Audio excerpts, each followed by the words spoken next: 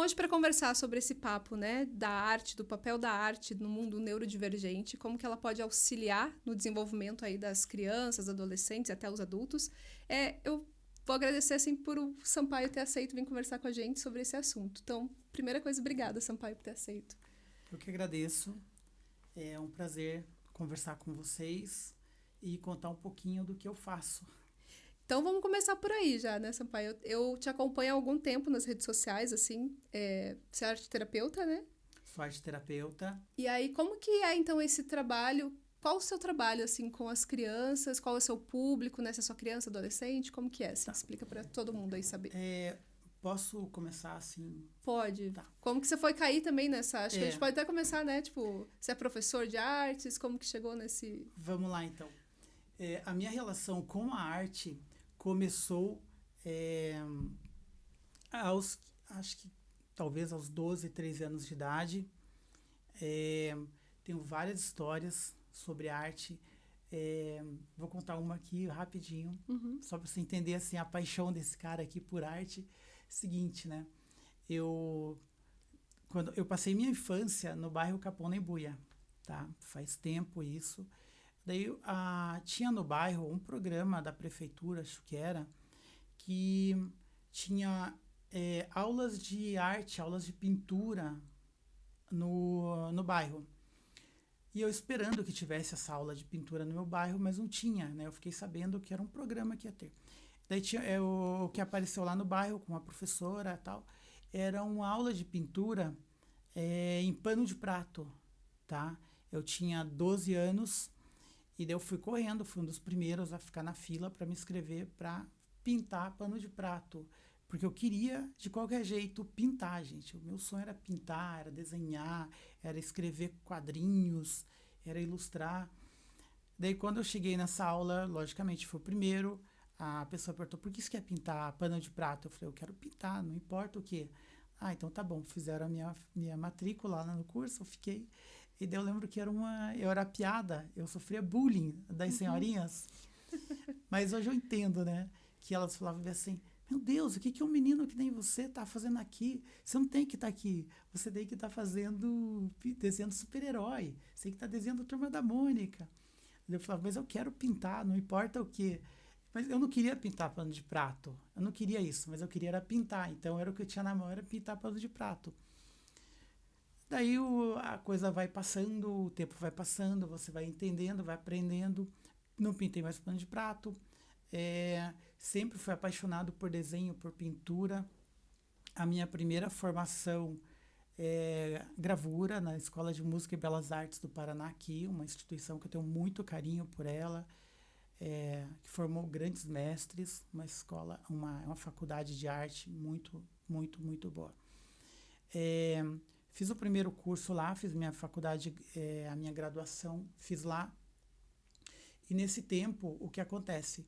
Eu sempre gostei de ensinar, sempre gostei de fazer oficinas, trabalhar com crianças, trabalhar com arte. E começaram a aparecer alguns convites. Ah, venha fazer oficina aqui, venha fazer outra oficina aqui e tal. Eu ia fazer oficina em escola, fazia oficina em lugares onde apareceu, eu ia fazendo. Nesse tempo, fui convidada para fazer oficina na terceira edição do Flip de Paraty, que foi para mim foi uma das coisas mais legais que eu fiz de oficina, assim, um lugar muito legal.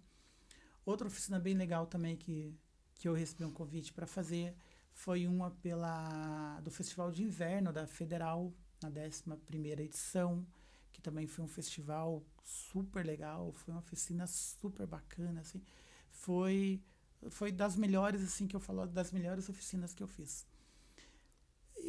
E você vai continuando, vai trabalhando. Recebi um dia um convite para fazer ir numa escola que eles queriam ver meu trabalho. Eles falaram, a gente ficou sabendo que isso é um trabalho interessante, venha ver aqui, venha ver a escola. Fui lá ver a escola e eles me ofereceram um trabalho lá.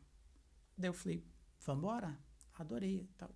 Só que quando eu cheguei lá, eu não tinha licenciatura, né? Daí, quando você tem só o bacharelado, você não pode dar aula. E daí eu falei, meu Deus, perdi um emprego porque eu fiz o curso errado. Não era o curso errado, eu eu estava no lugar errado na hora errada. Isso é o que eu acho que aconteceu. E nesse mesmo tempo que eu estava ali trabalhando, fazendo minhas coisas, produzindo arte, o tempo todo produzindo arte. E se você perguntasse para mim o que é autismo, eu ia saber o que era autismo, mas para mim é uma coisa que não existia, porque na minha família não tem ninguém é autista na minha família, pelo menos até agora, assim, que eu percebi, eu diagnosticado, não tem ninguém na minha família autista. Então, autismo para mim era uma coisa que não existia, não fazia parte do meu mundo, não estava no meu dia a dia, e a vida continuava. Um dia, uma amiga pegou e falou assim: Sampaio, tem uma aluna que eu atendo, que ela é autista, que ela está desenhando super bem, e a mãe dela quer desenvolver um trabalho, ela quer saber se você quer dar aula para ela. E daí eu falei: eu não tenho, nunca trabalhei com pessoas autistas, não entendo nada disso. Ela falou: não, eu já falei para ela, mas se você quiser, vai lá, vê o que acontece. Daí eu falei: tá bom, vou. Peguei e fui. Ah, foi assim, empatia à primeira vista, que eu gostei da menina, eu gostei da mãe da menina, eu gostei da família. E lá eu falei para ela assim, eu falei: ó, eu só sei desenhar, eu sou professor de arte, eu não tenho familiaridade nenhuma com autismo, eu não sei nada disso.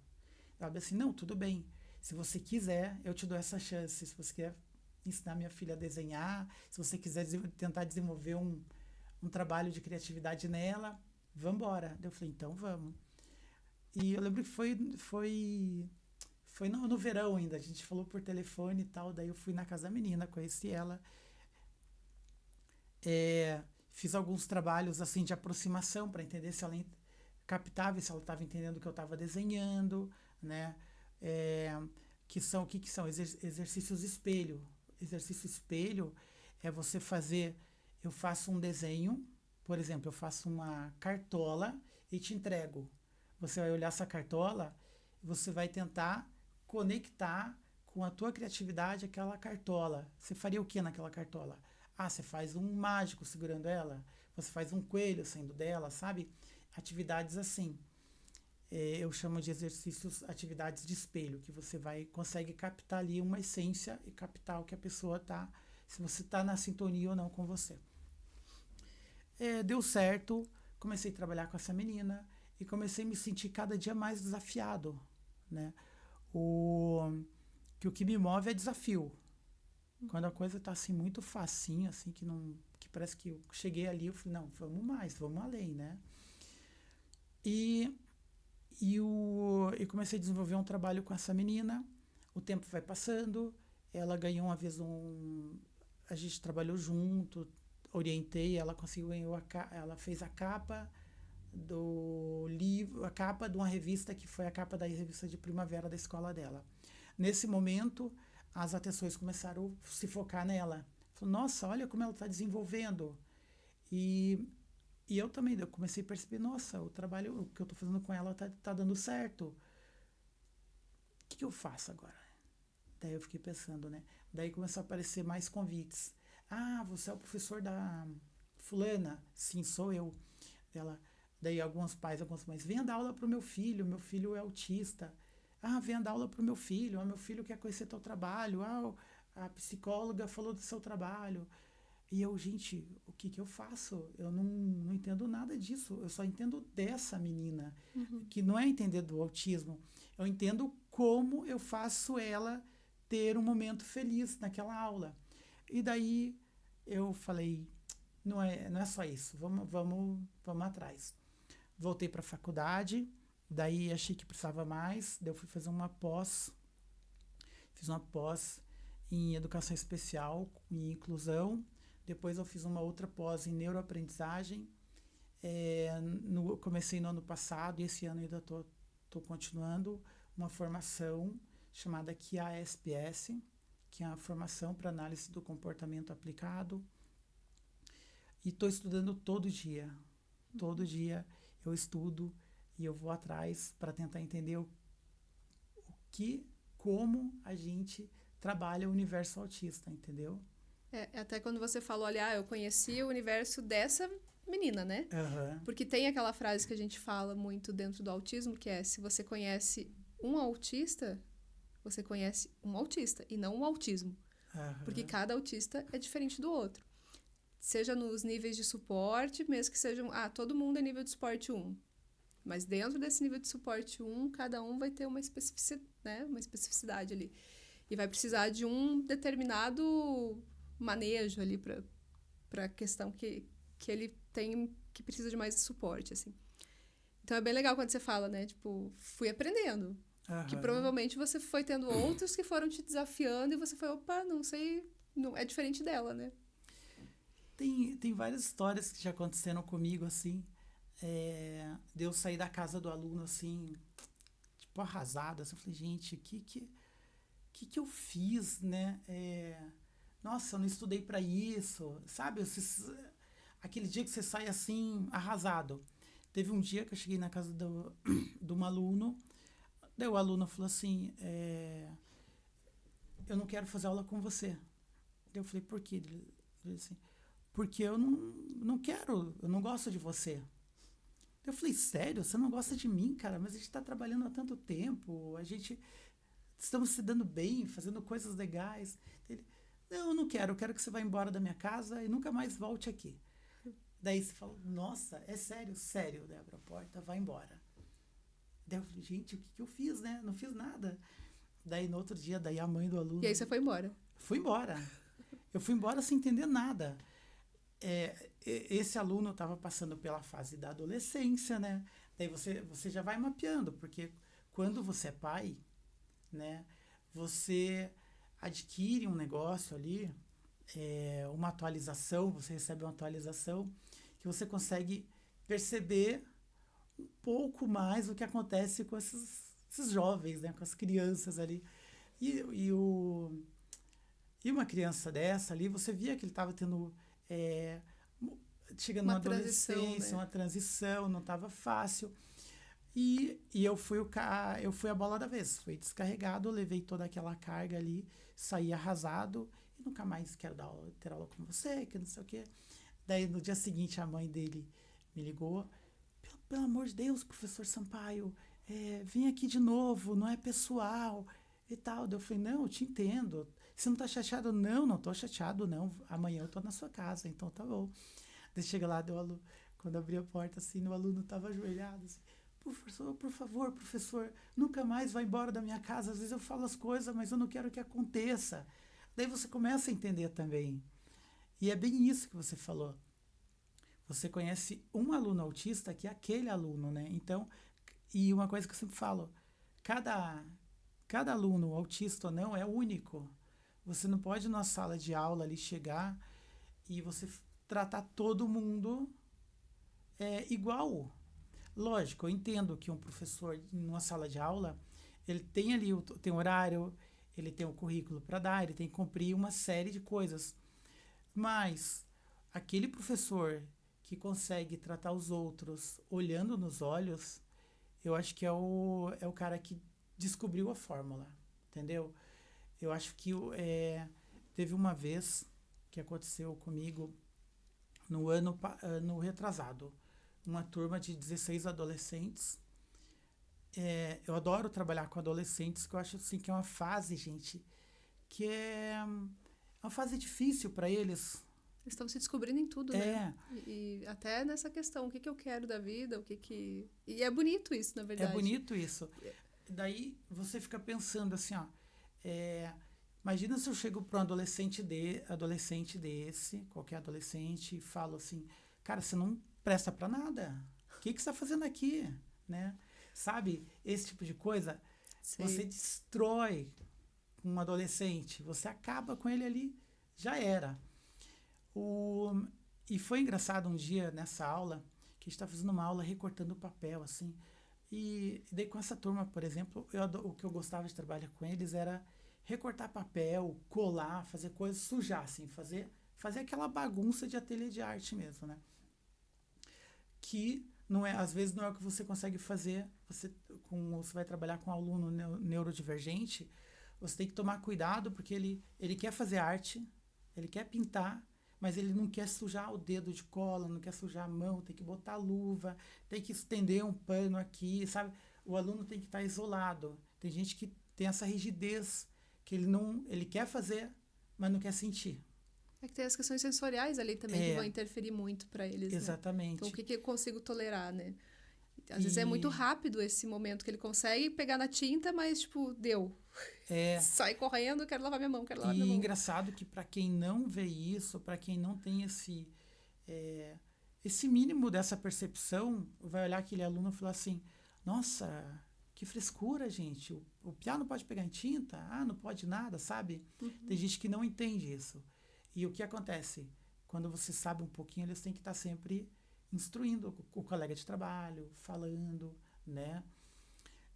Voltando lá na sala de aula, acabou essa aula, daí uma aluna falou bem assim para mim, professor, eu adoro tua aula. Eu acho que tua aula é a melhor de todas aqui. Eu falo brincando sempre, né? Você tá falando isso, fala isso só para mim ou você fala para todo mundo da escola, todos os professores? Eu falo, não, tô falando só para você. Eu falo, não, tem que falar pro diretor, pro dono da escola, tem que falar para todo mundo, né? Todo mundo saber, né? Todo mundo saber. Mas, brincadeiras à parte, eu perguntei assim, por que você gosta da minha aula? O que você está dizendo que minha aula é a melhor de todas? Por quê? Ela falou assim, porque você ouve a gente, entendeu? Gente, o que eles querem? Eles querem ser ouvidos, né? Exatamente. E validados também, porque tem muita essa questão hoje que eu vejo que tudo que adolescente faz não presta ou é ruim porque está muito ligado à tecnologia também, porque hoje o mundo deles é a tecnologia, né? Diferente da gente que não nasceu com isso, assim. Mas aí é uma questão de, tipo, tudo ser ruim e esquece de escutar e ver o que eles têm de bom para te trazer. Como que eu consigo romper essa barreira e fazer sentido para eles, né? E até lembrar, né, Sampaio, às vezes eu acho que as pessoas esquecem que já foram adolescentes também, que já passaram por todas essas questões, assim, tipo, de muitos, né, casos de rebeldia, ou de estar querendo entender o que está acontecendo na sua vida. E, pelo menos eu lembro, assim, talvez, da minha, né? O que é engraçado, assim, que a natureza, ela é tão sábia, gente, que ela faz a gente esquecer algumas coisas. Deve ser só pelo próprio mecanismo de sobrevivência, né? Eu estava conversando com a minha esposa, e daí teve uma fase do meu filho, do Vicente, que ele não dormia direito à noite, que demorava a pegar no sono, que teve um pouco de cólica. E daí nossa, você ficava ali, tipo, dormindo de pé do lado da criança, esperando a criança dormir. E daí um dia a gente conversando, você lembra disso? Daí não. A gente não lembrava. Você lembra dos teus filhos, das crianças, você sempre vai lembrar dos seus alunos, sempre dos alunos felizes. A tua mente sempre vai vai guardar esse tipo de memória, né? Isso que eu sempre observo. Eu acho que coisas que são muito... Tem uma argentina, que é a Laura Gutman, que ela tem um trabalho que é bem legal, assim, que... sobre maternidade, mas não só maternidade, né? Vale também para os homens, assim. Mas que quando nasce a criança, a gente meio que... A gente esqueceu a nossa criança lá atrás. E aí, quando eu me deparo de novo com um filho, eu tenho que me conectar com ele. E muitas vezes eu vou acabar tendo que lembrar de coisas para vencer esses obstáculos, né? E ela fala que justamente a gente esquece para conseguir sobreviver, né? Para se manter vivo, né? Exatamente. É bem isso. Esse dia a gente estava tomando café da manhã, uma coisa que a gente não tá chovendo, faz sol, tá pegando fogo, a gente tem que tomar café da manhã junto. A gente faz as refeições, nós lá em casa, né? Nós somos em 3. A logística também é mais fácil, né? Quando você é em 3. Mas o café da manhã é na mesa, o almoço é na mesa, o jantar é na mesa, sabe? A gente conversa, eu acho que isso de você manter, isso de juntar a família em volta da mesa, gente, é tão bom, né? A gente tem discussões, assim, incríveis. Tava em casa de manhã, ouvindo rádio ligado, tocou a música do Ira, que daí fala, sabe a banda Ira? Sim. Se meu filho não nasceu, eu ainda sou um filho. E daí hoje canta essa canção, o que cantarei depois. Daí, quando meu filho ouviu essa música, assim, dele, pai, você viu o que ele falou? A gente teve uma discussão na mesa para ilustrar para ele entender o que estava acontecendo. E faz sentido, né? Se seu filho não nasceu, você ainda é um filho. Quando teu filho nasceu, você é um pai, né? Sim. E daí, eu acho que quando você entende esse cuidado que você tem com as crianças, né? Você leva isso para a sala de aula, você vai ser aquele professor que eles vão lembrar de você, sabe?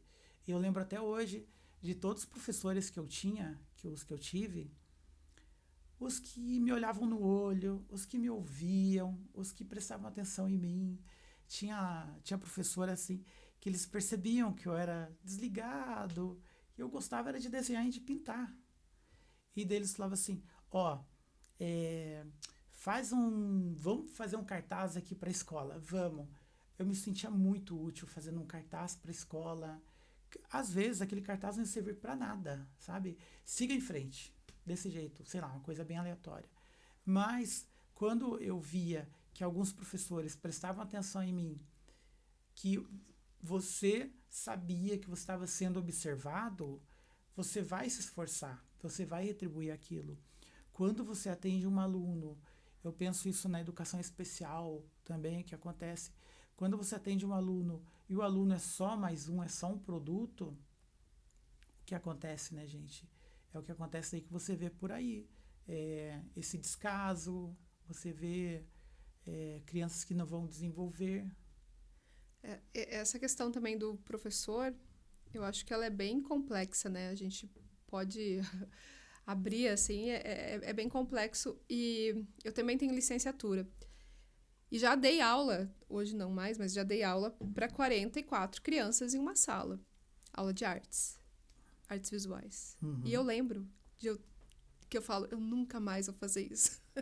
Porque eram 40 alunos e eu resolvi trabalhar com tinta. E, gente, sério, no final da aula eles estavam com tinta aqui, né?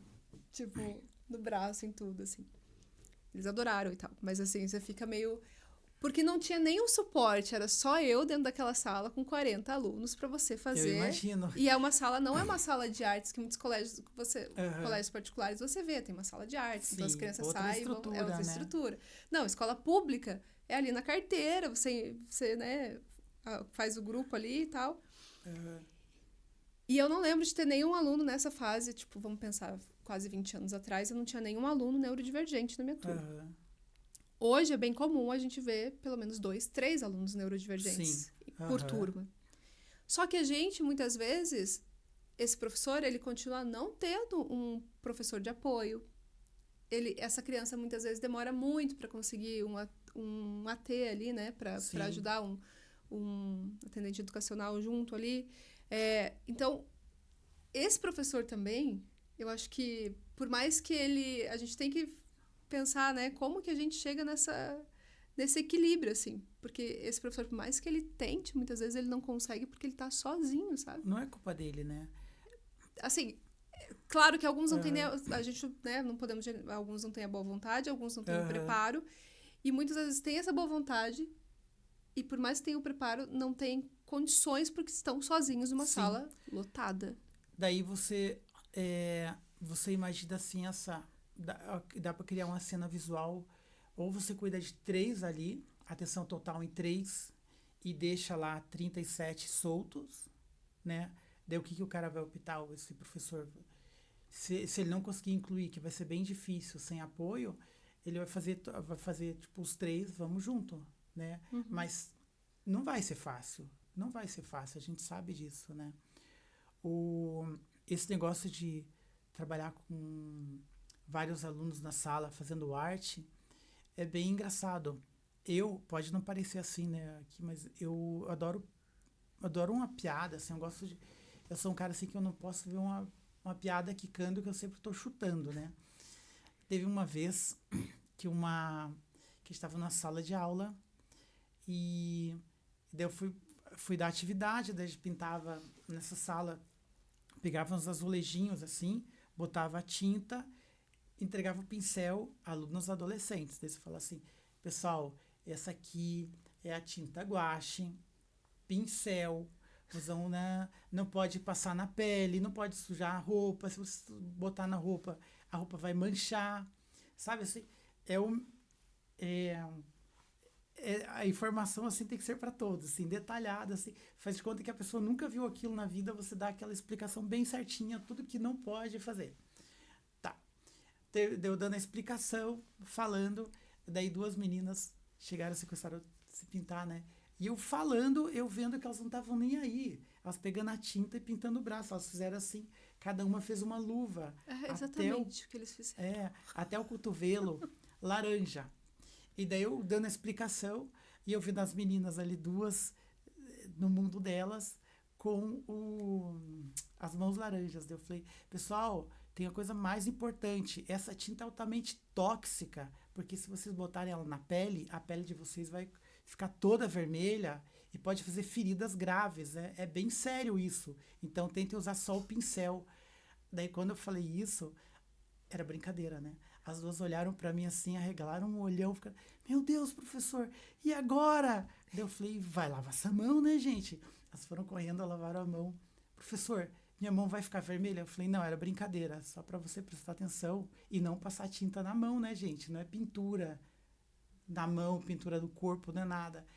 Daí foi engraçado que a turma toda caiu na risada e sempre funciona, sabe? Assim, quando você tem uma tirada, tem uma brincadeira assim na hora certa, a risada é garantida e o recado é sempre dado. E aí ela acaba prestando atenção, porque assim, elas não estavam prestando atenção na instrução, mas a hora que, tipo, opa, tem a ver comigo, né? Nossa, minha aí mão vai ficar toda vermelha. Como assim, né? Teve outro caso bem engraçado. A gente estava em sala de aula, trabalhando. Daí eu fui lá, gente, ó, a gente vai trabalhar hoje com carvão. Eu levei um saco de carvão, de churrasqueira. Daí coloquei em cima da mesa. Eu falei, alguém sabe o que é isso? Daí todo mundo ficou olhando, assim, né? Daí, medo de responder a coisa errada. Eu falei, gente, isso aqui é carvão. Carvão de churrasqueira, né? Tem aqueles carvões que você usa para pintar, para desenhar, que é um carvãozinho bonito, chique, assim, que vem numa... Só que eu falei, não, gente, isso aqui vai ficar muito gourmet. Vamos fazer uma coisa mais, né? Mais roots lá, né? Para eles entenderem que o carvão vem de uma árvore, né? O carvão é o carvão que você usa para fazer churrasco, fazer fogo, botar na lareira. É o mesmo que você pode fazer arte com ele. É o mesmo material. Beleza. Daí eu peguei e estendi na mesa ali para cada aluno uma folha de 80 por 1 metro, uma folha grande. Uhum. Cada um ficou numa mesa gigante, a sala grande. Eu falei, gente, eu vou fazer aqui para vocês verem como que eu trabalho com carvão. Vou pedir para todo mundo olhar. Daí eu boto todo mundo em volta, assim, a minha volta. Eu vou trabalhando, eu vou fazendo volume, textura, passando a mão, vou sujando, vou dando, manchando e vai saindo coisa. Até lá no meu Instagram tem um vídeo desse que eu tô pintando. Eu tô fazendo a figura de um gatinho na neve, assim, um gato de cachecol, touca e tal.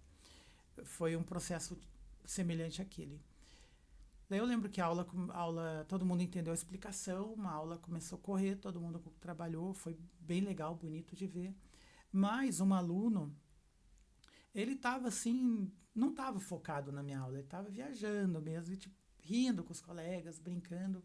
Tanto que daí quando eu cheguei perto dele assim, eu olhei, ele estava todo sujo, de camisa branca, ele tinha carvão até no rosto, assim. A camiseta que era branca, você não via mais branco, de tanto carvão, que não sei como ele conseguiu sujar daquele jeito. E eu olhei assim pra ele e falei, cara, você fez o contrário, não era pra você se pintar, era pra você fazer uma pintura, um desenho nesse papel. Ah, professora, é que eu fiquei nervoso e tal. E agora eu tô mais nervoso, daí ele mudou o semblante, né? Eu falei, mas o que foi, cara, você ficou nervoso?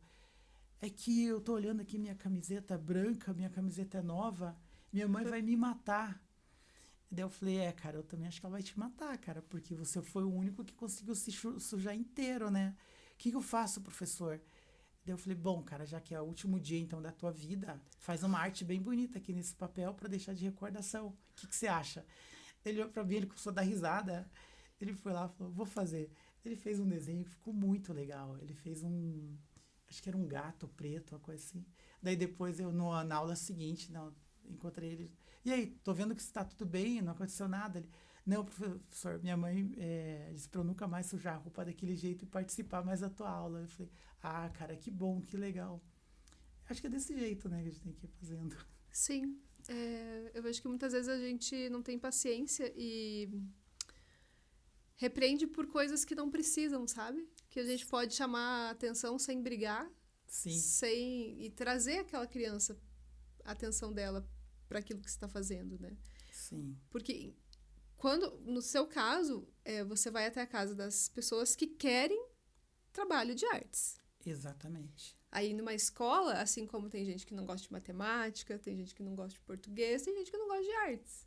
Então como que esse aluno é o mais difícil para você cativar, né? Sim. Como que eu vou trazer ele para mim? E Então, quando você está numa escola também, rola, né, acontece a dificuldade que às vezes a aula de arte, gente, às vezes ela é a última aula. Imagina, o cara teve matemática, teve química, teve português, teve um monte de coisa. Ele já está cansado, vai fazer arte. Eu acho, né? Se eu fosse mudar uma coisa no currículo escolar, assim, eu faria, né, todas as escolas que a arte fosse a primeira coisa da aula da manhã, primeira aula, arte. Primeira aula da tarde, arte. Eu percebo pelos meus alunos, os alunos que eu atendo, assim, nas primeiras horas do dia ou na primeira hora da tarde, eles estão ali, ó, a mil, fazendo, produzindo. O aluno que você atende depois das 5, depois das 6, depois das 7, cara, essa pessoa tá cansada, gente, tá? Daí você vai... fica difícil, né? Você não consegue exigir de uma pessoa dessa, você não consegue envergar o trabalho dele, porque a pessoa já foi exigida o dia inteiro. E às vezes para uma criança autista é um estímulo, é muito estímulo para um dia inteiro, né? Ainda mais vai acabar o dia, vai fazer arte. Entendeu? você falou, a gente estava conversando ali e que as crianças autistas são diferentes entre elas e tal. E tem uma outra questão também que eu acho que, às vezes, como teve esse seu aluno, né, que falou, vai embora, e no outro dia ele falou, Aham. não, fica aqui. Tem uma questão também de você entender o momento que aquela criança está passando. Porque, às vezes, naquele dia, realmente, ela não está bem, ou ela está com uma dor, ou ela está passando por uma questão emocional naquele dia, ou sensorial. Sim. Então, ela não consegue, ela não consegue expressar, e isso a gente tem muito no autismo também, de não conseguir se colocar da maneira adequada, da maneira que ele quer. Então, às vezes as coisas saem meio de um jeito diferente do que atravessada, né? E esse professor tem que também pensar que às vezes, eu falo, tem, tá, gente, mas é uma percepção minha, assim, que às vezes a gente tem que se adaptar à aula, né? Então, eu vou com tudo programado, tudo certinho, mas naquele dia ele não tá afim de fazer com carvão, sei lá, né? Ele tá afim de pintar com outra coisa. Ou como é que eu vou fazer ele ter o interesse por aquele carvão, mas sem ficar uma coisa também, tipo, embate ali, né? Você tem que fazer, tipo. Sim. Isso, eu falo bastante isso, e são que eu faço muito treinamento em escolas, clínicas, e eu vou exatamente nesse ponto, né? Porque para o profissional, para o professor, é muito importante você planejar a aula, né? Quando você planeja uma aula, você sai de casa e fala assim, para o Lucas, eu vou fazer uma aula que ele vai hoje trabalhar com tinta amarela, tinta azul e tinta verde. Ah, e ele vai fazer tal coisa. Eu já sofri na pele isso. Daí o que acontece? Você vai lá, planeja tudo isso. Daí você chega lá, o Lucas não quer nenhuma dessas cores. Ele não quer pintar. Ele não quer ficar de pé. Não quer sentar, quer dizer, sabe assim? Ele quer você não manda no Lucas. O Lucas, ele faz o que ele quer. Daí o que você vai fazer? Se você não tiver ali aquele joguinho de cintura ali, aquela improvisação rápida, você vai ficar olhando para o aluno, vai perder o teu tempo e vai fazer o aluno perder o tempo dele. Então, quando você planeja uma aula, eu sempre falo isso, você tem que planejar 2 ao mesmo tempo, 2 ou 3. Você tem que estar sempre ali com a carta na manga. Às vezes você chega lá, planeja assim, já aconteceu várias vezes comigo, eu preparar uma aula que eu vou falar assim, nossa, isso aqui vai ser bem legal. Nossa, vai dar engajamento 100. Chega lá o aluno assim e fala, professor, olha o que eu vi no TikTok. Né, tá. Eu quero fazer igualzinho, você me ajuda? Ah, mas eu preparei para nossa aula isso aqui hoje. Ah, não, mas eu quero fazer isso, sabe? E daí você vai. Antes eu sofria assim, eu sofria um monte. Eu falei, meu Deus. Daí eu entrava naqueles embates com o aluno. Tá, a gente faz essa atividade, depois faz essa. Daí não é, gente. Uma aula de arte é uma aula para o aluno. Quando acabar a arte, ele falar assim, gente, que aula legal. Ou ele falar assim, o que você fez agora? Não sei. Eu acho que é muito mais importante do que acabar a aula ele falar assim, meu Deus, o professor Sampaio hoje foi um carrasco comigo. O professor Sampaio queria que eu fizesse o que ele mandava. Não é isso, Até, né? eu não sei se você observa isso também, né, Sampaio? Porque vai muito além da técnica, né? De você passar uma técnica para aquela criança, né? Ah, então eu vou passar uma técnica do desenho ou uma técnica de teatro, não. Vai também de encontro com essa criança, com essa pessoa, na verdade, conseguir se expressar através da arte. Exatamente. E às vezes ela não está preparada ainda para a técnica, ela ainda vai se expressar de uma maneira mais rústica, mais da maneira dela ali, né? E vai ao longo aprendendo essas questões. Porque, pai tem muito disso, tá? Falando assim, a gente quer que eles aprendam algo, né? Então, Sim. mas às vezes a criança não tá naquele ponto ainda, ela tá na descoberta para se expressar, a primeira coisa, assim, né? Teve um dia, eu acho que quando você vai trazendo para você vai entendendo com você o que acontece, você vai entender o aluno, né? Eu fazia aula de natação. Eu lembro que um dia eu cheguei, fui para a piscina, entrei na piscina e eu não tava com a mínima vontade de nadar, gente, assim. Eu fiquei na raia, assim, sabe? Eu só quero sentir a sensação da água. Eu quero só ficar na água. Daí depois você vai começa a tentar entender. Às vezes o aluno, ele não quer ali que você chegue ali para ele e dê um monte de trabalho, um monte de técnica.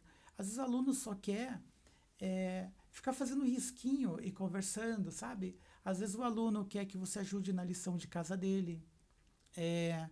Tem vários alunos que eu trabalho assim, que porque eu observo bastante eu analiso bastante o que acontece com as crianças. Eu não sou psicólogo, tá? Mas às vezes eu percebo que o aluno assim está inquieto, que não está muito bem. O que eu faço? Converso com a mãe, já aconteceu mais de algumas vezes aconteceu isso. Hoje o fulano, eu tô percebendo que ele está meio agitado. Algumas coisas não estão muito, não tá bom para ele. Tenta buscar um acompanhamento psicológico, tenta ver um suporte. E dito e feito, várias vezes meus pais me ouviram e eles conseguem depois buscar o suporte e entender o que está acontecendo. Porque às vezes o que acontece, às vezes a criança ela quer contar história, ela quer mostrar como ela sente, mas ela não consegue. E às vezes você, num simples desenho ali, você consegue fazer a criança ir se soltando, a criança mostrando que não está contente com alguma coisa. Porque também tem isso, né? O desenho serve, como a gente falou, uma forma de expressão. As artes como um todo. Então, muitas vezes a criança traz através da arte que ela fez ali alguma coisa que está incomodando ela, né? E às vezes esse professor tem que estar muito atento para pensar, nossa, olha, ele está querendo comunicar alguma coisa aqui. A primeira expressão humana, né, antes da escrita é o desenho. Se você entregar para um bebê ali um lápis, um giz, uma coisa, ele vai começar ali a fazer uma coisa, vai começar a rabiscar. Ele vai passando o tempo. O ser humano, né, a maioria, pode falhar em alguma situação, pode isso não acontecer, mas geralmente ele está desenhando antes dele saber escrever, entendeu? O desenho é uma ferramenta tão importante de comunicação, porque para mim, o desenho, assim, eu vejo o desenho como comunicação. Eu vejo o desenho como algo que comunica. Não é só você fazer um desenho, porque quando você vê o desenho como algo que comunica, por exemplo, eu vejo aquele desenho da caneca ali, que está muito, muito fofinho. Eu consigo entender o que o desenho está passando. eu consigo ver que o desenho não é só uma representação simbólica de uma família, entendeu? Tem mais coisa além daquilo. Tem símbolos que unem eles. Você percebe ali que os cabelos, quando você faz um desenho, por exemplo, quando eu, falando um pouco de desenho, quando eu vou ilustrar um livro infantil, o que eu penso quando eu faço algum livro infantil, uma responsabilidade é muito grande você ilustrar um livro infantil, porque você está formando leitores, né? E daí se você faz um livro infantil que tem um desenho que não ajude, que é um desenho, se tem um desenho fraco, por exemplo, um texto que é fraco, você imagina aquela criança, o primeiro acesso que ela vai ter com aquela obra é uma obra que não é que é uma obra fraca, né? É uma obra que não vai produzir, despertar nela nem curiosidade, nem questionamento. Então, o livro infantil, ele tem bastante isso. Eu acredito bastante que o livro infantil é uma tremenda responsabilidade quando você vai escolher um livro para o teu filho, para a tua filha, assim. Leia história, procure ilustrações bonitas, procure coisas bonitas. Por que eu falo isso? Eu falo para o meu filho, vamos botar nessa biblioteca, meu filho tem uma biblioteca enorme que ele adora ler. Livros bonitos, cara, livros que você tem orgulho de ter. Mesmo que a gente não vá ler todos os livros que a gente tem na vida, mas você ter livros bonitos, livros que te inspira, eu acho que é o caminho. E para as crianças, quando você ensina ali que o desenho conta a história, que o desenho tem que ser um desenho bonito, tem que ter estética, tem que ter acabamento, você avança, sobe mais um degrau do que você pode só desenhar. Mas quando você desenha com técnica, sabendo o que está fazendo, é mais interessante, né? Sim. Ô, Sampaio, e aí você começou com essa menina, Comecei e com aí ela. foi boca a boca ali, crescendo, tipo, mamãe falou pra... souberam do desempenho Aham. dela e foi passando isso de uma mãe pra outra, assim. Então, como que é seu atendimento? Assim, você vai na casa dessas famílias, é um atendimento de 1 hora, como que é esse esquema? E como que, para cada uma dessas crianças, você tem para ele precisa disso, para ele precisa daquilo? Ou como que é, assim, esse método para fazer essa criança também se ligar e querer realmente, né? Funciona assim. Meu trabalho é sempre por indicação. Mães indicam, psicólogos indicam o meu trabalho também. Tem alguns neuros que indicam o meu trabalho. Para cada criança, eu vou lá, faço uma anamnese. Eu vou lá, entrevisto a mãe, o pai, e eu pergunto, né, o que você espera do meu trabalho? O que você espera do teu filho? Onde você acha que eu posso ser útil? Como eu vou fazer seu filho feliz, né? Já aconteceu de recusar cliente, assim, não é recusar, mas eu falar assim, nesse momento seu filho não precisa de aula de arte, tá? Daí nessa parte eu analiso como pai. Por exemplo, num caso com a criança, os pais queriam que ela fizesse aula de arte e ela só tinha horário para fazer aula de arte às 7 da noite. E a agenda da criança lotada de coisas, o dia inteiro. E daí eu falei, essa criança precisa brincar, ler gibi, rolar no chão, mais do que aula de arte. Quando ela fizer isso, daí a gente pode voltar a conversar e a gente vai inserir um programa de artes para essa criança, né? Mas, voltando lá à sua pergunta, para cada criança que eu atendo, depois dessa entrevista, eu traço um plano do que essa criança precisa melhorar. Quando eu tenho disponibilidade, o que a gente precisa trabalhar nela, eu converso com a clínica, com os terapeutas. Eu atendo algumas crianças também aqui no Lunaba, em Curitiba. Mesma coisa.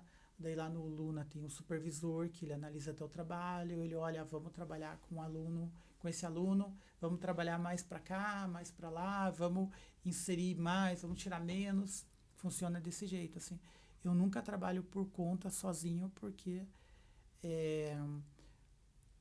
eu acho que quando você trabalha com a equipe, que você tem o apoio da equipe ali te orientando, trabalhando, você sabe o que está fazendo, você tem certeza que o teu trabalho está chegando onde tem que chegar, entendeu?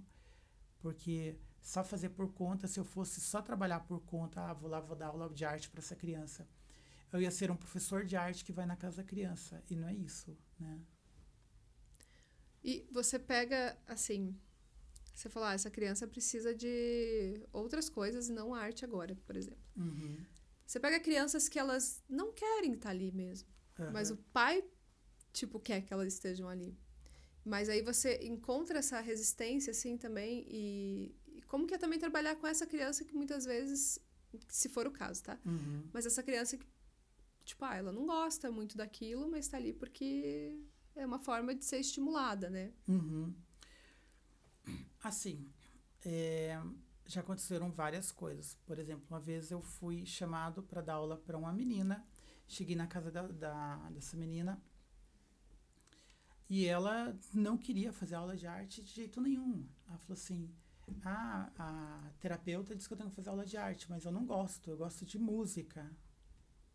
Daí eu falei para ela: a música é arte também, né? E daí eu fiz uma aula. Primeira aula sempre é legal, é novidade e tal. Mas deu umas 3, 4 aulas, eu percebi que a menina não queria, ela estava se esforçando, estava sendo cansativo. E os pais insistiam, daí eu peguei e chamei eles para conversar. E daí eu falei para eles, mas é que ela precisa fazer essa aula. Ela tem que fazer essa aula. E daí eu falei assim para ele: você come berinjela? Eu como, tal, né? Não gosto muito, tá? E se eu te desse um sorvete de berinjela, você ia comer? Sorvete de berinjela é bom, né? Já comeu? E dele, não ia comer. Eu falei, mas é bom, cara, você não vai comer? Dele assim, não. Eu falei, então, olha só. Se você, que é um cara grande, que sabe de tudo, que tem uma vida aí, você não quer tomar um sorvete de berinjela, não quer nem provar, você quer que tua filha faça uma coisa que ela não quer fazer. Eu falei, eu te entendo, cara, eu entendo que você está preocupado, você está pensando no futuro, na formação dela, você está pensando que isso vai ser bom para ela. Mas ela não, eu falei, eu não vou poder ajudar a sua filha, porque o que vai acontecer? Daqui a pouco, se eu continuar insistindo aqui, a gente continuar insistindo, tua filha vai criar um trauma tão grande que ela não vai querer entrar nem em museu mais, não vai querer ver desenho de quadro num livro. Eu falei assim, pega essa menina, leva ela para fazer aula de música, leva ela para caminhar no parque, vai fazendo coisas nesse relacionado a isso, vai inserindo arte para ela devagar, mas sem forçar. Funcionou. Hoje eu tenho contato com essa família, tudo assim. A menina toca piano, super maravilhoso. Ela tem um dom musical, mas só que para arte, para desenho, não é uma coisa que ela gosta. Mas a gente mantém esse contato, tal. E eu acredito que se não fosse essa conversa que a gente teve lá há uns 4 anos atrás, talvez hoje essa menina ia ser uma menina toda traumatizada, fazendo arte, sendo obrigada a fazer uma coisa que ela não quer. Teve já outro caso também de uma aluna que foi bem engraçado. Eu comecei a fazer aula com ela estava bem na. E eu chegava lá, ela não queria fazer aula. Eu falei, mas por que você não quer fazer aula? Ela, porque eu não sei se eu gosto de aula de arte. Então tá bom. Fazia um pouquinho de aula, conversava com os pais, voltava. Daí, vamos continuar a aula ou acaba? Não, pode vir de novo. Daí, de novo. Daí, às vezes, fazia algum trabalho, fazia uma correção, ela olhava, professor, meu desenho tá bom, meu desenho tá bonito. Daí eu falava, não tem desenho bonito. Uma coisa que eu falo para todos os meus alunos. Isso que é bem legal falar mesmo, né? É, Porque eles vêm muito com essa questão de ter vergonha, ter medo de não ser aprovado, né? exatamente. E uma coisa que eu falo para todo mundo, que não existe desenho bonito e não existe desenho feio. Um exemplo, tá ali, você está olhando ali a Mônica. Vou desenhar essa Mônica. Você fez a tua Mônica, a tua versão da Mônica, você não conseguiu fazer igual estava no gibi, tá? O feio e o bonito é uma questão muito pessoal, né? Eu falo assim, não tem feio, não tem bonito. Você talvez não conseguiu fazer igual estava ali, mas vamos continuar de novo. Não tem desenho errado e não tem desenho certo. O que tem de errado é você não fazer arte, você não desenhar, você se trancar de medo. Isso é errado, né? E essa aluna foi passando, O tempo foi passando, ela foi produzindo, foi gostando cada vez mais de arte. E foi engraçado, né, com essa aluna especificamente, que ela gostava de arte, mas ela não tinha essa paixão. E ela foi começando a ter paixão por arte, ela foi começando a gostar, ela foi buscando técnicas. É, tinha vezes que eu chegava na casa dela, ela tinha feito um cartaz e ficava assim no jardim, escrito Bem-vindo, professor Sampaio. Daí, quando eu olho aquilo, eu falo, gente, alguém que não queria fazer aula, né, tá com um cartaz me esperando, olha que coisa mais linda. Já chegou fase, assim, dela, né, que eu cheguei até a casa dela, preparei uma aula toda, cheguei lá. Daí, hoje eu trouxe para você tal atividade para gente trabalhar junto, aqui e tal. Daí ela bem assim, não, professor, eu acho que eu não queria fazer aula hoje, eu posso só ficar conversando com você? Entendeu? Daí ela fica conversando, contando da escola, contando disso, contando aquilo, e acaba a aula, gente. Daí eu falei para a mãe dela, olha só, hoje a gente não fez aula, a gente ficou conversando, falou a mãe dela, não tem problema, professor, eu acho que as conversas que vocês têm são incríveis, então tá tudo certo. Você entendeu que daí você acaba sendo mais do que um professor que está tendo um aluno ali, você acaba sendo um aluno, um amigo, né? Você acaba sendo útil para aquela família. E se eu não sei qual é o nível de suporte dos alunos que você atende, assim, Sampaio, e também como que é a capacidade que eles têm de se comunicar de forma realmente assertiva, assim, né? De realmente comunicar o que eles estão sentindo. Então, muitas vezes essa conversa, ele conseguiu romper muitas barreiras na comunicação dele, na interação social, que ele não consegue muitas vezes se ele não estiver num ambiente seguro e com uma pessoa que ele sinta confiança. Então, às vezes, é só uma conversa. Não, não é só uma conversa. Tem toda essa questão que ele venceu, né, para conseguir tá ali trocando com você. Então, sentiu realmente confiança. E o que é engraçado também, que eu tenho com vários alunos, que você acaba acendendo o canal do WhatsApp. Às vezes o aluno vai lá e manda para mim uma piada. Professor, olha a piada. Daí, às vezes, manda um vídeo engraçado de alguém caindo, não sei o quê.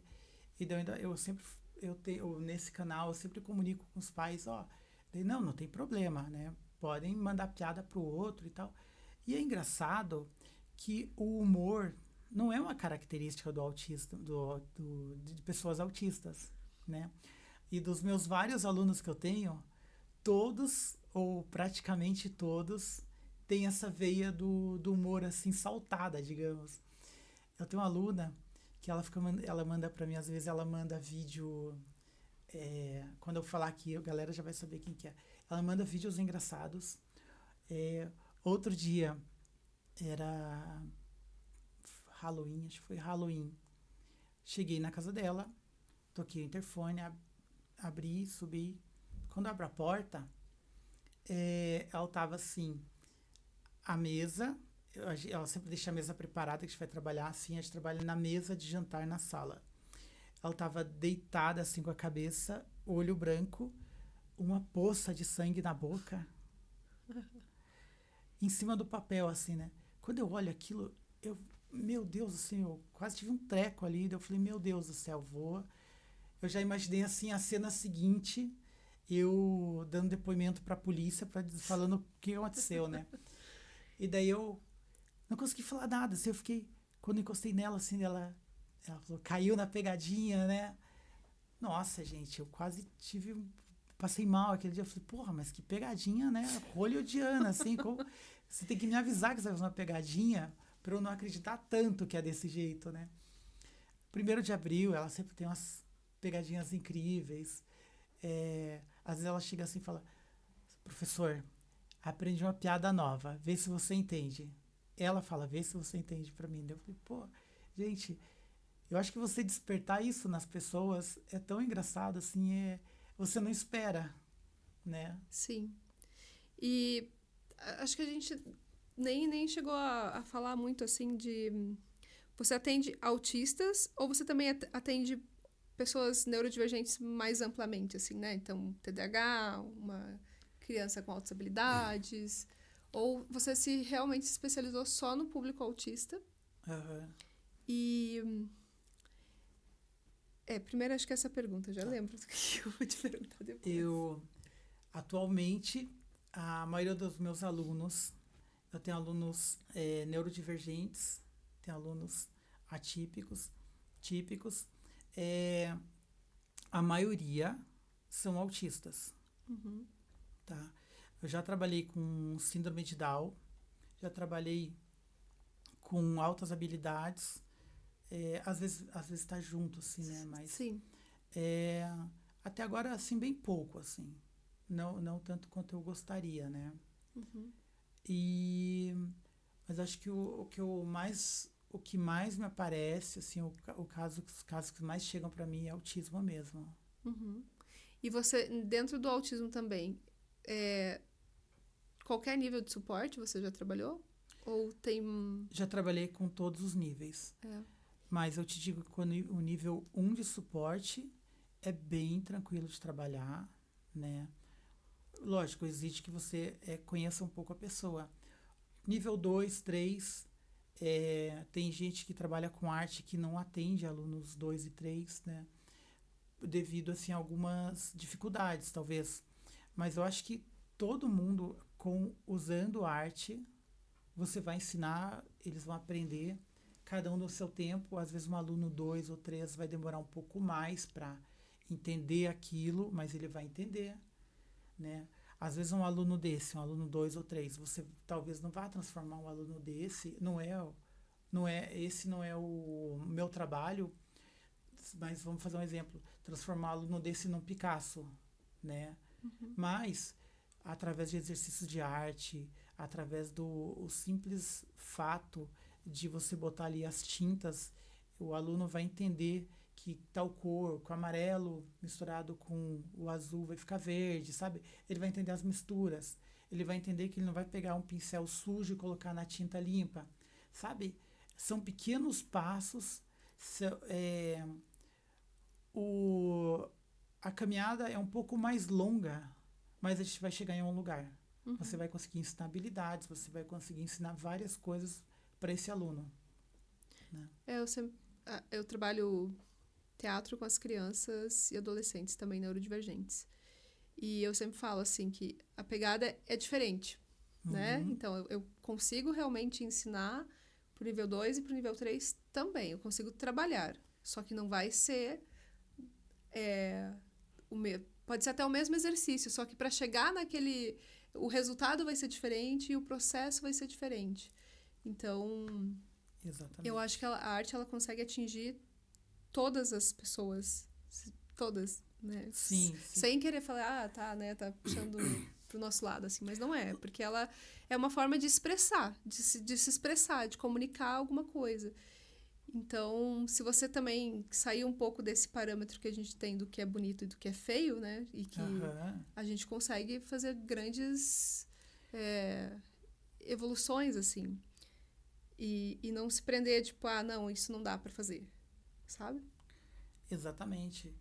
O que eu vejo disso aí tudo é que a arte é um caminho suave, é um caminho doce, né? Para a gente conseguir chegar num lugar. Porque você imagina assim, uma vida sem arte, por exemplo, uma vida sem desenhar, sem pintar. É, e hoje também a gente vê bastante coisa aí acontecendo com as inteligências artificiais, né? Substituindo o artista, que é uma coisa muito lamentável. Eu acho isso. Mas eu. O, tudo é dosar, né? Tudo é dosar. Videogame, celular, tudo isso, assim. Uma coisa que eu percebo bastante nos alunos, os alunos autistas, os alunos atípicos, os que têm, os alunos, né? Os que estão inseridos no celular, que está direto no celular ali, tipo, tá jogando, tá assistindo, tá no YouTube, tá, que tem o celular como amiguinho do dia, esses alunos, eles têm uma queda na criatividade tremendo, tremenda, assim. E para os autistas é mais ainda, assim. É muito, você percebe, assim, o degrau que separa a criatividade do uso constante do celular. isso é um apelo que eu sempre faço, assim, para todos os pais, para todo mundo, né? Porque é uma pena, mas O uso de tela, na verdade, de modo geral, ele causa muitos danos mesmo nas questões desse cérebro mesmo, né? sim, Então, imagina, a gente tá aqui, o cérebro ele vai armazenar mais informações sobre aquilo que a gente mais usa. Então, se eu fico o tempo todo nas telas, esse cérebro vai pensar que o que é importante para mim são as telas. exatamente. E o resto, ele vai dizer, ela não usa isso, então joga fora, né? Então, assim, eu tenho que estimular essa criança mesmo a sair, a ler, a brincar, a não fazer nada, né? Ontem a gente estava conversando com uma psicóloga dessa questão que tinha no nosso tempo, que a gente tinha o tédio, porque a gente não fazia nada. E a gente ficava, sei lá, 1 hora sem fazer nada. E aí a gente começava a ficar de saco cheio, e daí a gente criava novas brincadeiras e novas coisas para fazer para ocupar nosso tempo. E hoje eles não precisam pensar no que fazer, porque tem muitas opções para se fazer. Você não vê uma criança hoje praticando tédio, praticando nadismo, eu chamo de nadismo, né? E uma coisa que eu me orgulho muito, assim, que eu falo, gente, acertamos muito lá em casa, é fazer o Vicente sofrer de tédio. Sério, assim. Eu falo assim, cara, eu falo pra ele, Vicente, a melhor coisa que você tem, porque você é muito criativo, é você sofrer de tédio, cara. Daí meu filho, assim, eu falo sofrer de tédio, mas ele não sofre de tédio. Porque ele não fica lá assim, ai, quero jogar um videogame, quero não sei o quê. Eu deixo, assim, alguma vez ele vê algum vídeo, jogar alguma coisa às vezes, mas ele não pede. É raro, muito, muito raro. Mas ele fica o quê? O dia inteiro ele está desenhando, está fazendo um plano, está criando um novo plano econômico, ele tá, sabe, ele fica criando o tempo todo, fica desenhando. O quarto dele é cheio de projetos, desenhos, pinturas, pássaros, ele fica desenhando, fazendo coisa o tempo todo. Tá lendo, tá desenhando, tá pintando, tá escrevendo música. E ele não fica assim, ai, que tédio, ai, que eu faço agora? Não faz isso, entendeu? Então, lógico, nenhuma criança é igual a outra, né? Mas quando você consegue inserir um pouquinho disso, tirar o celular e fazer a criança ter um pouquinho de tédio, nossa, gente, não tem coisa melhor. Eu sempre falo assim, não é fácil pra gente lidar com a tecnologia. E para as gerações futuras vai ser muito mais difícil, assim. Muito mais difícil de saber dosar. E até porque a gente teve essa questão de saber como é não ter. Eles não têm. Então, assim, eles não tiveram essa experiência, né? Eu acho que tem coisas que são muito boas, até mesmo para os autistas, assim, dentro da tecnologia. Por exemplo, muitos autistas conseguem se comunicar muito bem através da tela. Então, ele conversa muito bem com um amigo que, pessoalmente, ele não conseguiria de primeira, né? Então, pode ser um meio ali. A gente tem que saber como utilizar isso e não deixar sem supervisão, né? O que a gente e não pode... deixar, tipo, ele substituiu o meu papel como mãe ou ele substituiu o meu papel como pai e aí isso realmente é complicado. Tem eu sempre dou esse exercício, assim, quando eu vou fazer algum treinamento, quando eu fazer alguma consultoria, que às vezes um dia eu estava numa escola fazendo essa consultoria e daí uma professora falou assim, a gente percebe assim que a equipe está meio sem criatividade. O pessoal assim, parece que as ideias são sempre as mesmas. Então eu falei, gente, então vamos fazer uma coisa bem legal aqui. Vamos fazer uma volta na quadra. Sabe assim, um exercício que eu sempre dou. Caminhar, gente. Você já fez caminhadas contemplativas? Já pensou? Já fez isso? O que é a caminhada contemplativa? É aquela caminhada de velhinho, que você sai caminhando na rua, daí você olha o pássaro, daí você olha para onde o pássaro foi. Daí você olha... É a caminhada de uma criança pequena, né?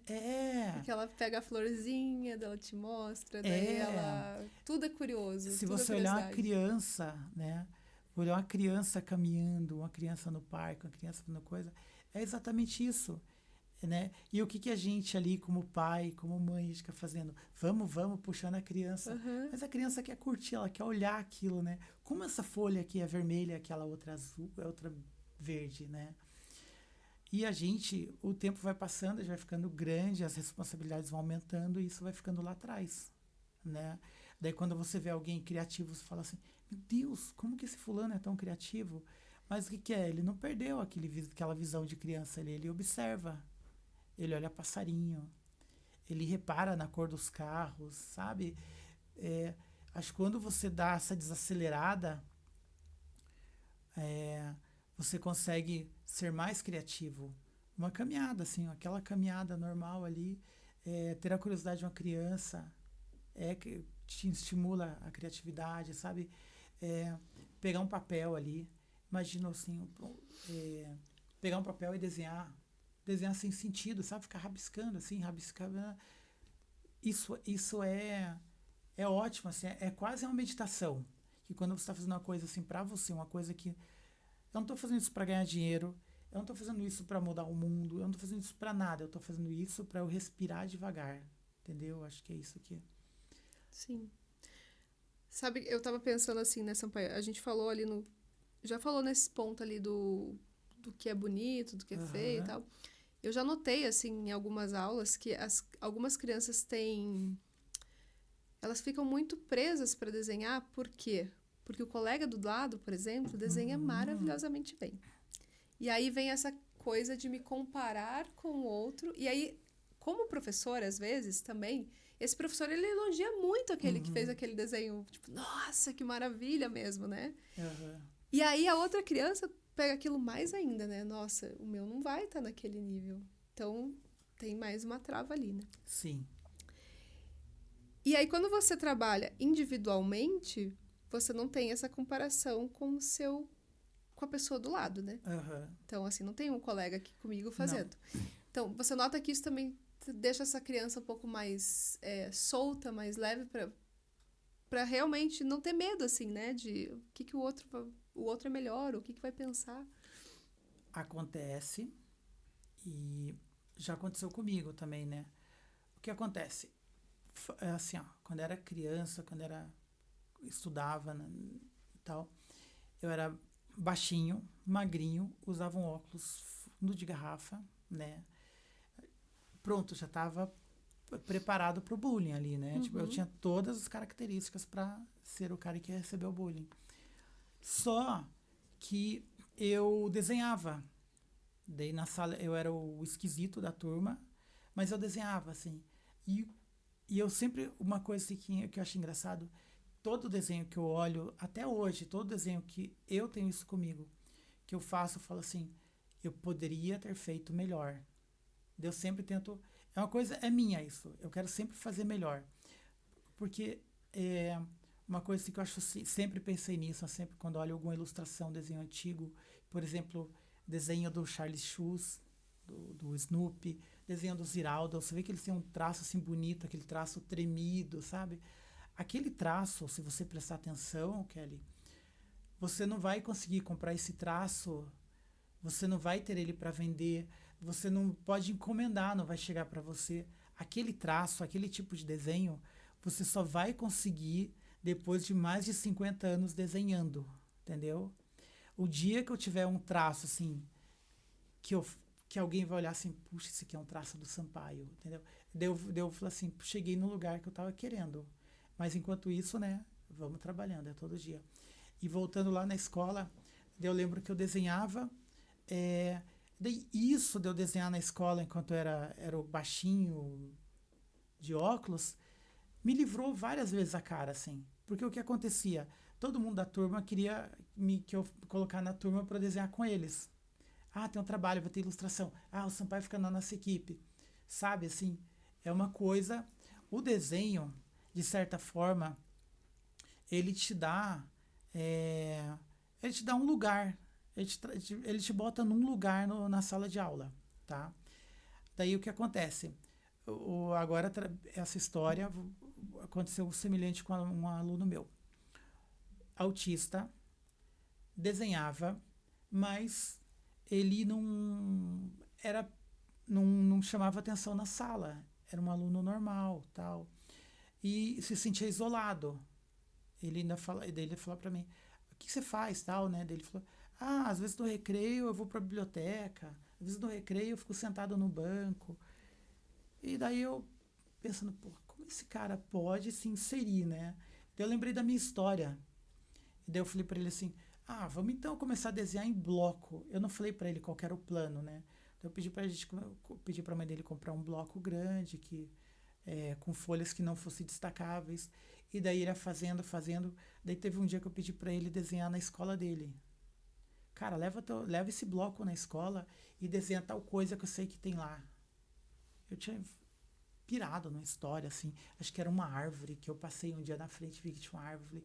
Quero que você desenhe essa árvore que tá lá, cara. Quero que a árvore mais bonita. Só que eu não posso entrar na tua escola. Você vai ter que desenhar para mim. Sabe? Criei todo um enredo. Daí o rapaz foi lá, levou o bloco. Daí no recreio ele ficou desenhando a árvore pro professor. Daí alguns professores que sabiam que ele desenhava, olhou, meu Deus, o que é isso que eu não sabia? Daí o pessoal da turma, o que é isso que eu não sabia que ele desenhava tanto? Essa pessoa foi ganhando importância ali, entendeu? Uhum. Daí no final das contas, ele não era aquele cara quieto, o aluno autista que ficava recluso, isolado da turma. Ele era um aluno autista, mas ele tinha um estilo muito dele, ele desenhava, sabe? Ele ganhou outra importância. Então, o que acontece? Quando você desenha, o desenho, ele te destaca. Não só desenho, mas quando você tem uma arte, quando você consegue mostrar o teu trabalho de alguma forma, as pessoas conseguem te enxergar. E eu sempre falo para todos os meus alunos, leve teus cadernos de vocês na escola, mostrem para os professores. Teve um outro aluno que eu atendia, que ele ia numa clínica, e eu falava para ele assim, a tua terapeuta sabe que você desenha tão bem, cara? Dele, não, eu tenho vergonha. Não, você vai levar esse caderno. E não levava. Daí um dia eu peguei e consegui o contato dela. Eu falei, fulana, você podia pedir o caderno de desenhos que o fulano tá fazendo? Peça por curiosidade para ele mandar para você. Diz que você quer ver como tá o trabalho dele. Dito e feito, ela pegou, pediu, dele levou o caderno. A mulher ficou impressionada e dele chegou para mim e falou, levei o caderno lá para a clínica e ela amou, cara. Ela falou que eu tô desenhando muito bem, eu tô com mais vontade de desenhar agora. Daí, entendeu? Ele criou outro ânimo. Eu acho que é isso. Eu acho que quando você faz um trabalho, o desenho tem isso, né? O desenho tem esse poder de te trazer assim, te botar num lugar. E não é só isso, gente. Quando você faz um trabalho, que é um trabalho que está sendo bonito, está dando resultado, eu sempre incentivo assim, até os pais dos meus alunos pegar o desenho dos filhos e mostrar os desenhos para o tio, para a avó, para alguém e obrigar essa pessoa, compra o desenho dessa criança aqui, ó. Compra que você vai ver. O que eu falo assim é brincando, mas sei lá. Compra o desenho dessa criança por R$ 15 e paga para ela. Ó, tô comprando teu desenho por R$ 15. Sempre dá certo. E por que eu faço isso? Porque quando eu faço isso, eu faço a criança perder a vergonha de mostrar o trabalho, eu faço a família perceber que aquele ser ali tem uma utilidade, que ele produz, que ele faz uma coisa bonita. Você envolve o segundo grau da família, o tio, a avó, o vô, alguém para validar o trabalho, porque às vezes quem está em casa ali olhando, o efeito não é o mesmo, né? Sempre dá certo. Quando o aluno vende um trabalho ali, fez um trabalho, vendeu por um valor simbólico, que às vezes sem o aluno saber, por R$ 30, por R$ 10, você não faz ideia da importância que isso dá para essa criança, assim. Isso cria um estímulo tão grande que essa criança se sente artista. Ela falou, gente, eu fiz um trabalho que alguém quis comprar. Uhum. Isso não tem preço, né, gente? E daí não é R$ 10, não é R$ 15, cara. É a criança ganhar uma importância, ela se ressignificar ali. Isso é bem legal. Nunca pensei por esse lado mesmo, né? De como isso valoriza e já ensina também que a arte tem um valor, né? Que vai bem além só de essa criança, de valorizar o trabalho dela, mas mostrar Isso vai fazer uma educação até para a família ali, né? Sim, uma história em casa que aconteceu. O meu filho foi no shopping uma vez e viu um gato de pelúcia. Ele tinha ganhado um dinheirinho de aniversário e ele foi lá e comprou o gato de pelúcia, né? Daí, quando ele olhou, a coleção tinha mais 2 gatos. Daí ele falou pra mim, pai, eu quero muito esses outros gatos. Eu quero montar uma coleção, quero todos esses gatos. Ele queria os 3. E daí eu falei pra ele assim, eu falei, cara, mas o quanto que é? Daí ele pegou e falou, né? Acho que era R$ 100 cada gato. E ele tinha o dinheiro. Daí eu falei pra ele assim, pega o teu dinheiro que você ganhou de aniversário, vai lá e compra os gatos. Daí ele falou assim, não, mas eu queria ir pro Beto Carreiro. Daí eu fiquei pensando, bom, se você for comprar o gato, você vai tirar o dinheiro do Beto Carreiro, o Beto Carreiro espera. Daí ele ficou assim, né? Daí eu podia falar assim, não, o papai te dá o dinheiro. Eu falei, não, vamos pensar numa maneira, cara. Daí ele pensando, eu falei, já sei, cara. Vamos fazer marcador de livro para você vender? O que você acha? Eu te ajudo. Daí ele, vamos. Daí a gente começou a fazer, recortava assim as tiras no tamanho. E daí ele ia pintando, desenhando, ele fez um monte. Ele começou a mostrar para todo mundo. Daí o pessoal começou a gostar. Ele vendeu vários marcadores. Daí ele foi lá e comprou os 2 gatos que ele queria. Daí ainda sobrou um dinheirinho para ele botar na caixinha. Daí ele, pai, eu tô me sentindo muito importante. Eu fiz os marcadores, todo mundo quis. Daí você entendeu? O que acontece? Você consegue fazer teu filho perceber o valor que o trabalho dele pode ter.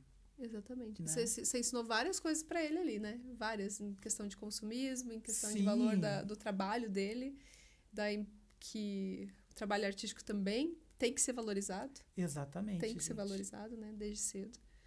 Sampaio, e daí assim, você vai na casa da criança, você vai trabalhar só o desenho com ela ou você também vai trabalhar outras formas de expressão ali?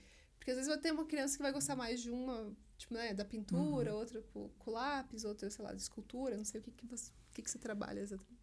Eu trabalho arte num todo. Eu só não trabalho com a criança música, porque eu, como músico, eu sou um ótimo professor de arte, né? Não é minha praia, mas o que acontece? Eu trabalho com a criança ali. Eu vou trabalhando por partes, né? Eu tenho um programa todo desenvolvido, assim, um programa todo das técnicas que a gente vai trabalhar. Lápis de cor, lápis aquarelável, giz pastel. A gente vai trabalhando, vai passando para técnicas, né? Tinta acrílica. E geralmente, quando você chega na tinta acrílica, que é a tinta que pinta a tela ou pinta um papelão, a tinta vem nos tubinhos de metal. Quando você chega nessa técnica, você percebe que o aluno infla assim. Nossa, estou usando tinta de pintor. É interessante, é engraçado perceber isso, que a mudança de material, que daí ainda falo para eles, quando eles percebem isso, eu falo assim, ó, sabe essa tinta guache aqui, de tubinho, que você pintava quando você era criança, estava na escola?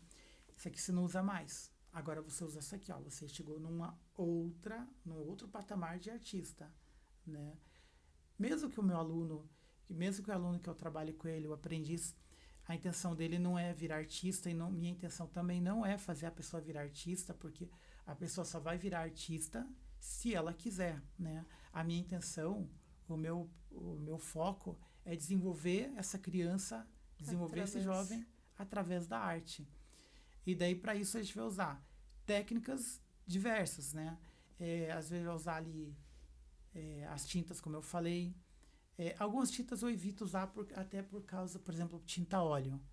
Né? Porque daí a demanda, a sujeira, demora para secar. Se um aluno se suja, nossa, precisa daí usar tipo, água rasa, solvente.